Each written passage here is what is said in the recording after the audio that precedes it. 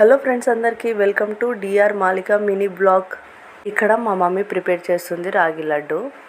1 cup నువ్వులు, 1 cup రాగి పిండి, 1 కప్పు బాదం, 1 కప్ జీడిపప్పు, 5-6 ఇలాచి తీసుకోవాలి. 1 కప్పు రాగి పిండికి 2 కప్స్ బెల్లము ఇలా తురిమి అయితే పెట్టుకోవాలి.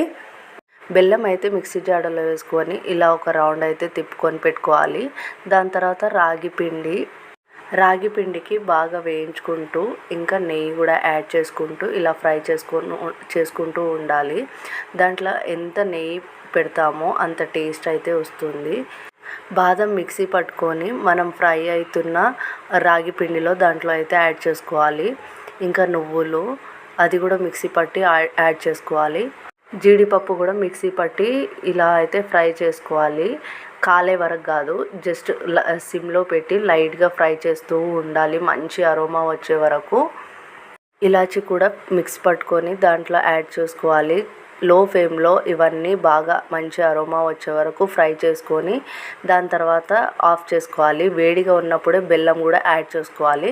మిక్సీ పడతాం కదా, ఆ బెల్లం యాడ్ చేసుకొని బెల్లం పాకం చేయొద్దు, ఇలా మనం మిక్సీ పట్టిన బెల్లానికే యాడ్ చేసుకొని ఇలా అయితే కలుపుకోవాలి. చాలా అంటే చాలా టేస్టీగా ఉంటుంది. ఒకసారి ఇలా కూడా ట్రై చేసి చూడండి.